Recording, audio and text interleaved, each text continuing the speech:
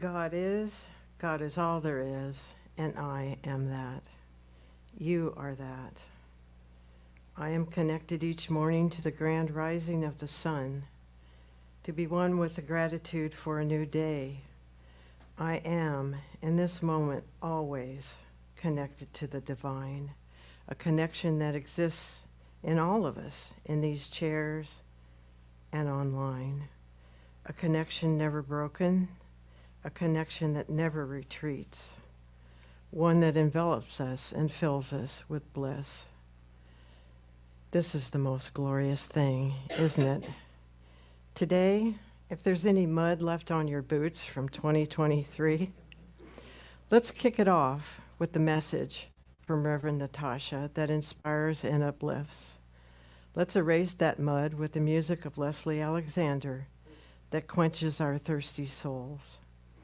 Everything here flows with spirit, everything in divine timing, and we welcome all joy in the sanctuary. Isn't it lovely?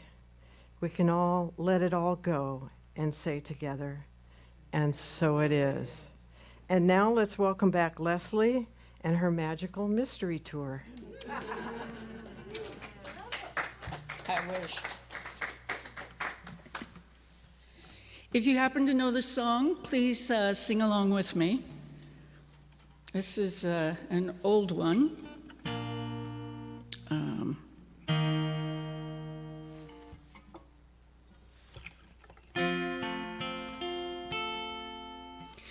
We are one. We are one. I am you, you are me, we are one. And in this unity, we all live in harmony, and peace has come, for we are one. We are one. We are one. I am you, you are me, we are one. And in this unity, we all live in harmony, and peace has come, for we are one. We are one. We are one. I am you, you are me, we are one. And in this unity, we all live in harmony, and peace has come, for we are one. So that's the whole song. A beautiful song. So let's do it 2 more times. We are one. We are one. I am you, you are me, we are one. And in this unity, we all live in harmony, and peace has come, for we are one. We are one. We are one. I am you, you are me, we are one. And in this unity, we all live in harmony, and peace has come, for we are one. And peace has come, for we are one. And peace has come, for we are one.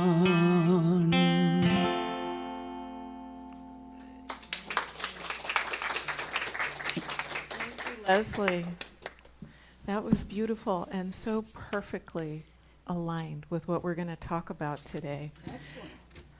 It is this wonderful mystery that we actually never talk to the musicians about what they're going to play, and yet I have yet to ever experience a song that's not perfectly tied in. And if that's not oneness expressing itself through our diversity. That is the perfect example to me. So, good morning again, and I'm so happy to be here with you this morning to talk about this idea of grand rising and of what I am calling claiming a greater good. So, as those of you who have been joining us this month are aware, we have a theme for the year, a grand rising, and it's also been our theme for the month. And CSL likes to create these themes for the year and for each month to help us think about ideas in a kind of organized way and to allow those ideas to kind of percolate and simmer through our thoughts over a period of time. And you get to hear different ministers here at Ohm kind of give their takes on what those ideas mean. So part of this idea of the grand rising, from my point of view, is that we are called to two things as human beings. We are called both to expand and evolve as individuals, and we are also called to contribute to the growth and to the good of our collective humanity. So that is to say, not only to grow in our experience and use of these spiritual practices and ideas for our own personal benefit, to live that greatest life that we often talk about here at home, but also to bring them into the world, because our voices matter, and collectively we are and can change the world to make it a better place. So in 2020, a global pandemic swept our world, and that really created a profound change in our experience. We went into a period of isolation for many of us, right? And the thing about this social distance, right, on one hand, it was very hard. It was hard not to be in community. It was hard not to be connecting with people. But it also had its blessing. And its blessing was the opportunity to go within, the opportunity to think about new perspectives. And so now we're 4 years out, right? It's kind of hard to believe when I think about it. March 2020 was when we had our shutdown here in the city of San Diego. We are almost 4 years out from that. That seems amazing to imagine. I can still remember exactly where I was in my car, just leaving Trader Joe's on that March day when, the KPBS broke into the programming with a news conference with Mayor Gloria making this announcement. It was astonishing. What did that mean? So much has changed.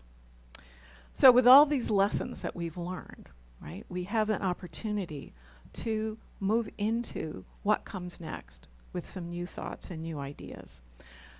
And one of those has to do with how we live and how we share this teaching, right? So for a long time, the teaching of religious science of mind, as it is presented and evolved within Centers for Spiritual Living, has been really very individually focused for the most part, right?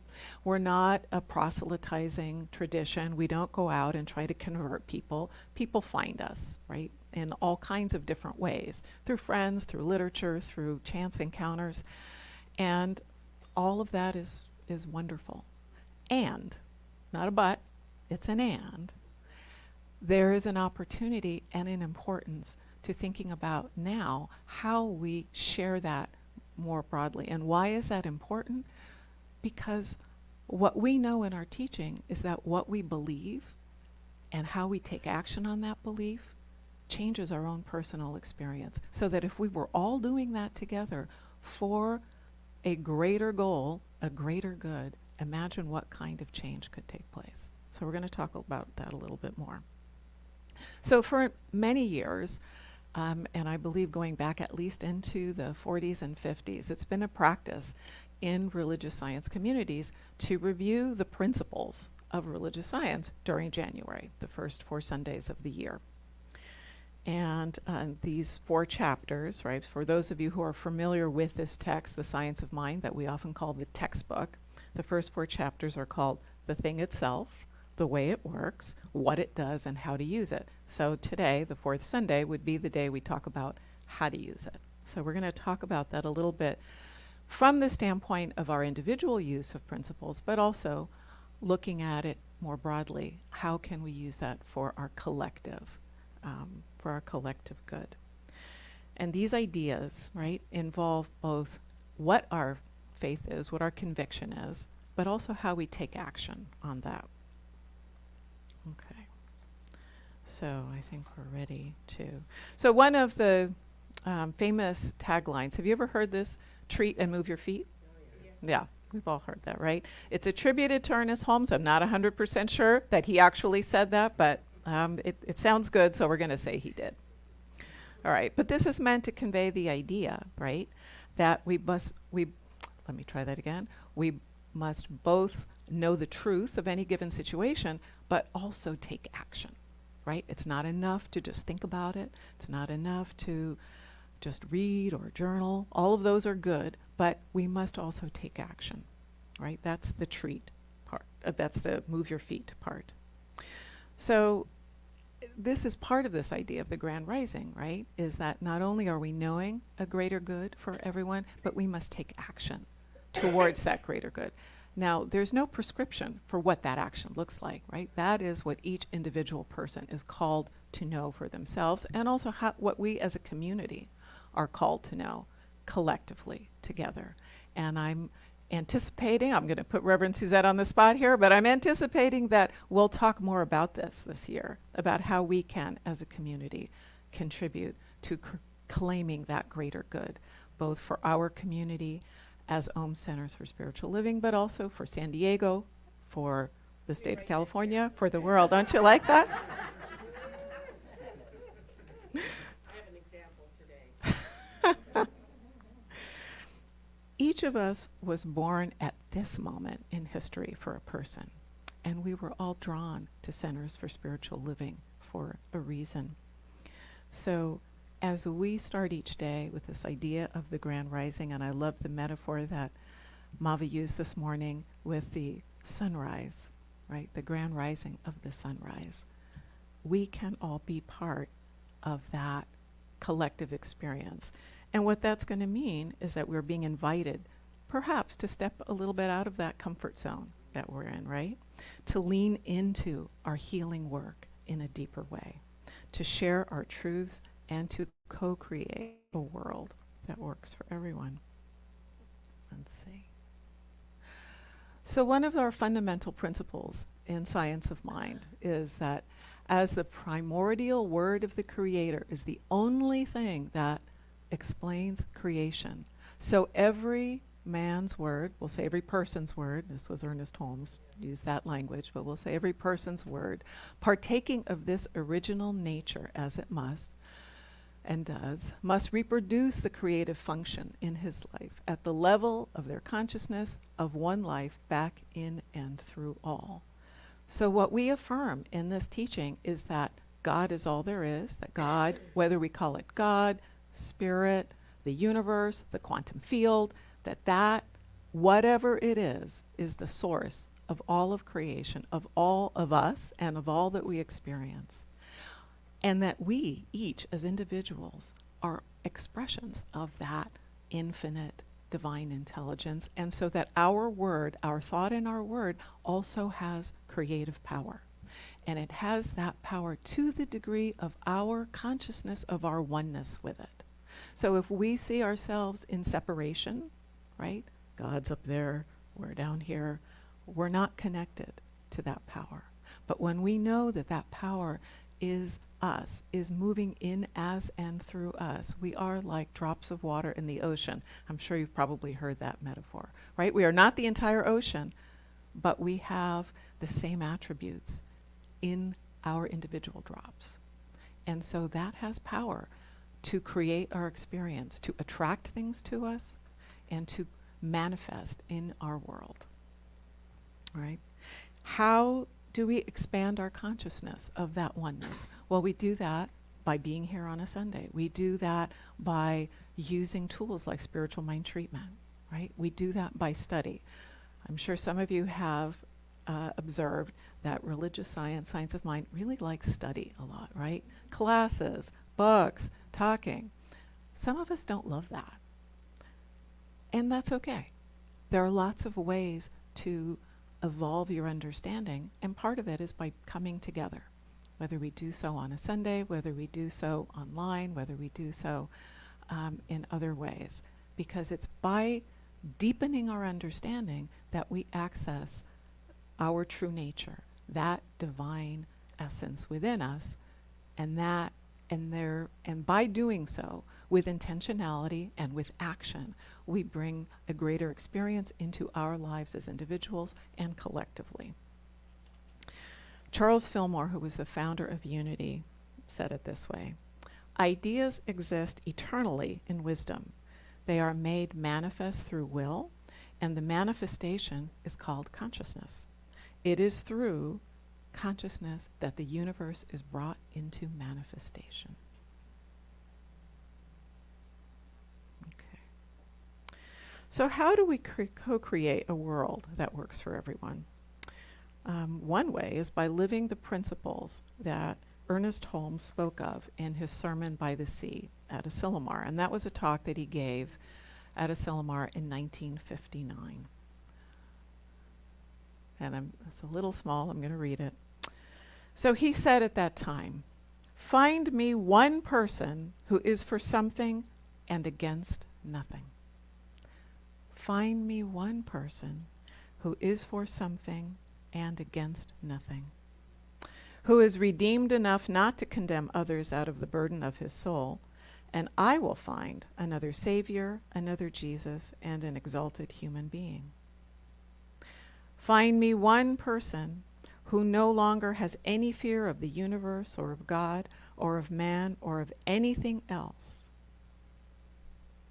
Find me one person who no longer has any fear of the universe or of God or of man or anything else, and you will have brought to me someone in whose presence we may sit, and fear shall vanish as clouds before the sunlight.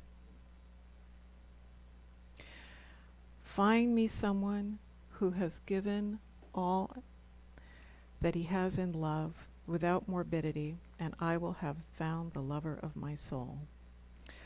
Living from this understanding allows each one of us to live by example and inspire others to do the same. So we're going to look at each one of those a little more closely. Ooh. Find me one person who is for something and against nothing. How many people here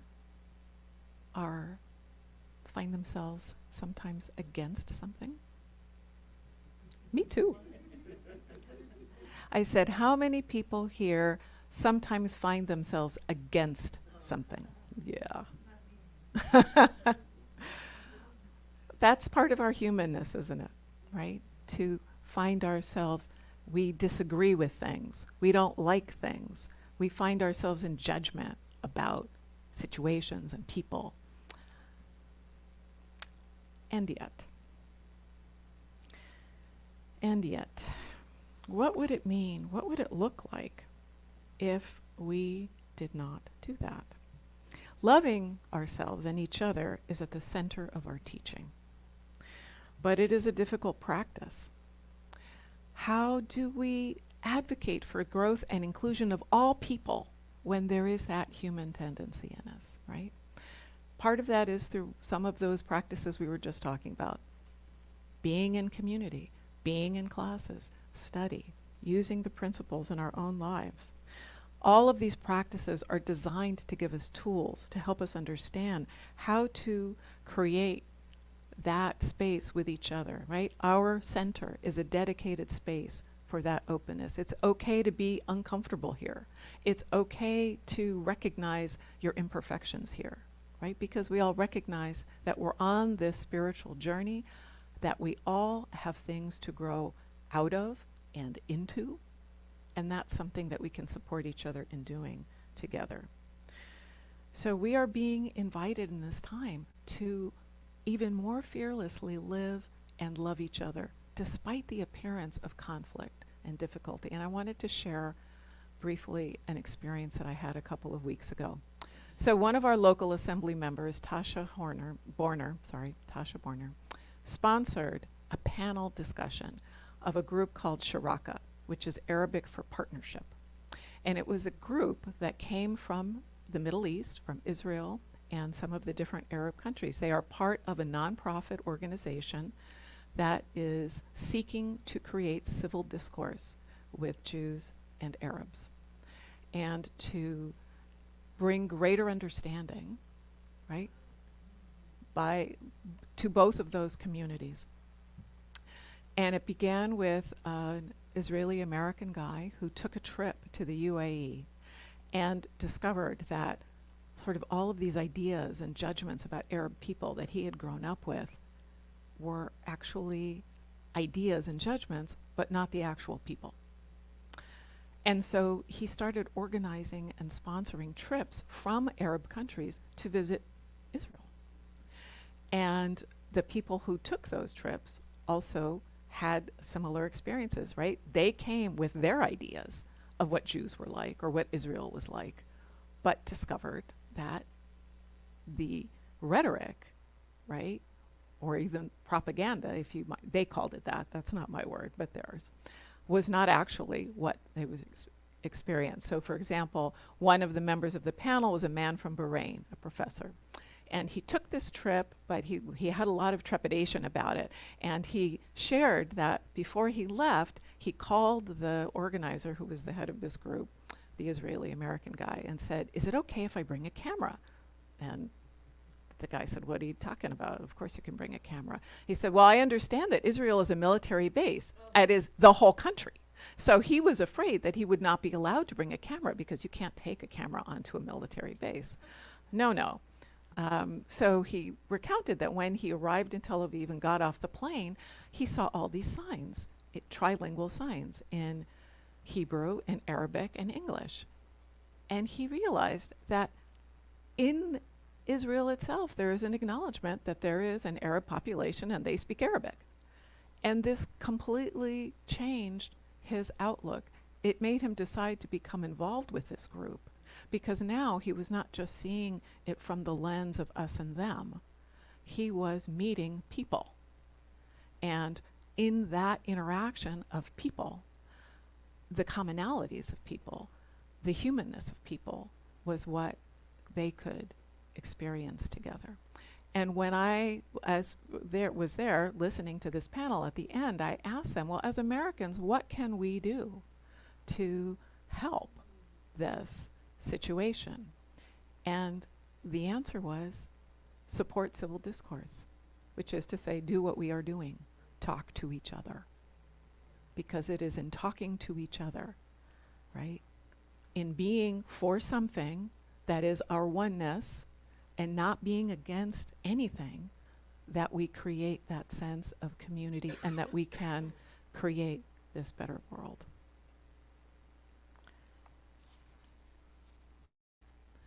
Find me someone, find me a person who no longer has any fear of the universe or of God or of man or of anything else. To me, a world that works for everyone would be a world without fear. I don't know about you, but I think one of the things that I struggle with the most on a daily basis is how pervasive fear feels all around, right? You can't turn on the TV without hearing about fear. You can't look at a newspaper without reading about fear. It's very hard. In my work as a chaplain, of course, I hear about fear all the time. And all of it is understandable, but that belief in fear, that belief that there is something to be afraid of, is very powerful. And what we understand in our teaching is that the belief in fear creates more fear, right? It attracts more fear to us, and it manifests more fear around us. And the only antidote that I can see for this is again to return to this idea of oneness, right? Because when we know our oneness with the divine, with God, with the universe, we know that fundamentally If we are one, we are whole, and we have nothing to fear from each other. But it is a challenge to remember this. How do we address this? I think part of addressing it is just asking the question, what are we afraid of and how do we respond to it? And being willing again to have that uncomfortable conversation and to look at how we can be together in creating something bigger, a bigger experience that supersedes that sense of fear. I read an essay this week that really shocked me. And I'm not much of a person for following financial news and information, but it was a really interesting essay by a guy named Morgan Roussel, who wrote a book called The Psychology of Money. I don't know if anyone's familiar with this book. But one of the stories that he tells in this book is that the financial cataclysm that we call the Great Recession that took place in 2008, unlike other financial meltdowns that have occurred at other times, was not caused by a specific event. It wasn't a war. It wasn't a pandemic. It wasn't a natural disaster. It was caused simply by greed and fear. And at the point at which enough people believed that something bad was happening, that was the tipping point to actually create something really bad to happen. But there was no actual, tangible, discernible event or set of circumstances aside from people's behavior based on their beliefs and their actions. And I was really astonished by this because, in fact, to me, this is the perfect illustration of the power of our teaching.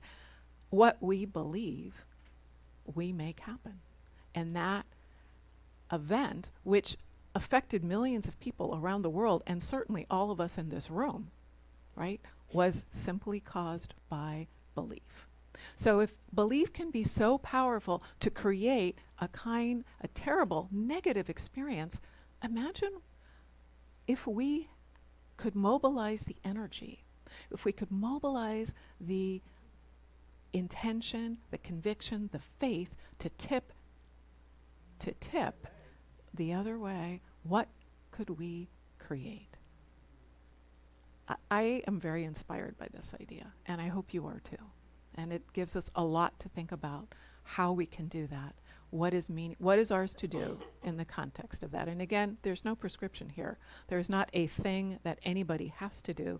It's discernment about what is yours to do. What is yours to do as an individual? What is ours to do as a community? So I'm going to bring you to one more story today. Find me someone who has given all that he has in love. So part of our fundamental teaching, isn't it, is that this creator, universe, God, divine spirit, is love. Love is the profound creative energy. It is what our being is comprised of at the very atomic level, right? And one of the really beautiful things about the pandemic, about this global experience, is that the internet, right, became even more important as a means of connection, right? When we all had to stay at home, Zoom, right? Social media. And we don't have to go into all the, pitfalls and problems of those things, but they're tools. They're tools that promote connection.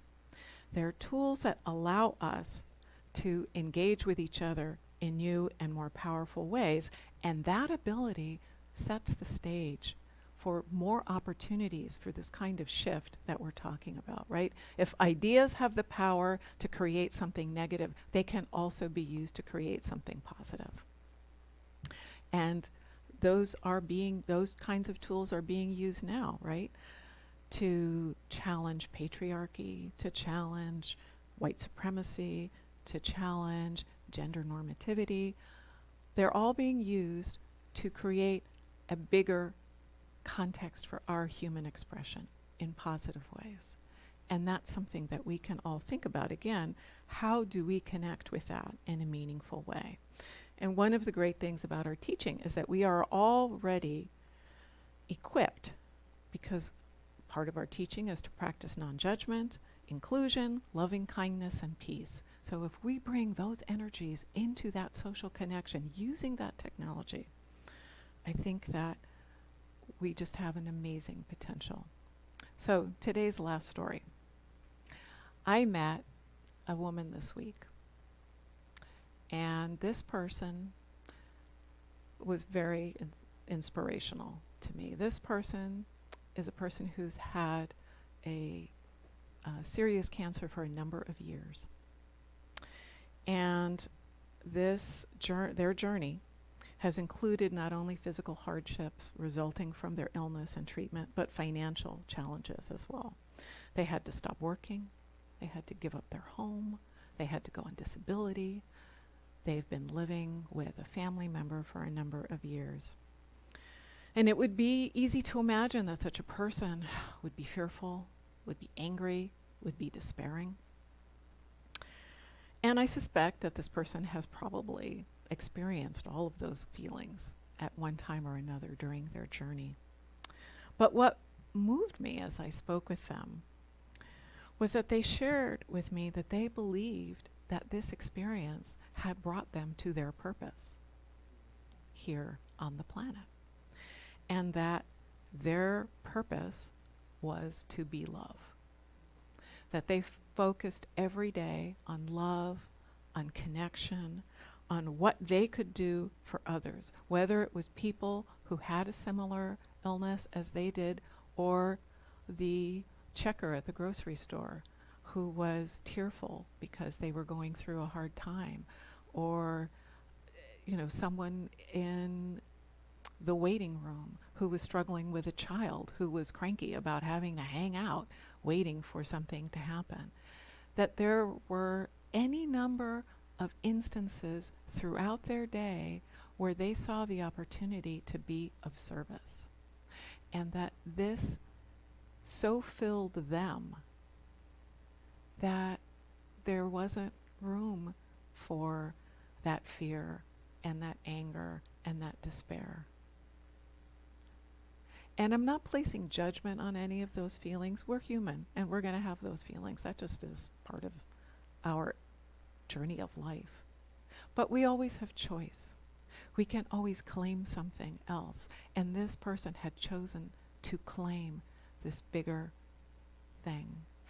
And as they spoke about this, they did so with tears in their eyes. They expressed gratitude. And I can imagine it might sound kind of crazy to express gratitude for having stage 4 cancer. And yet that is what this person did.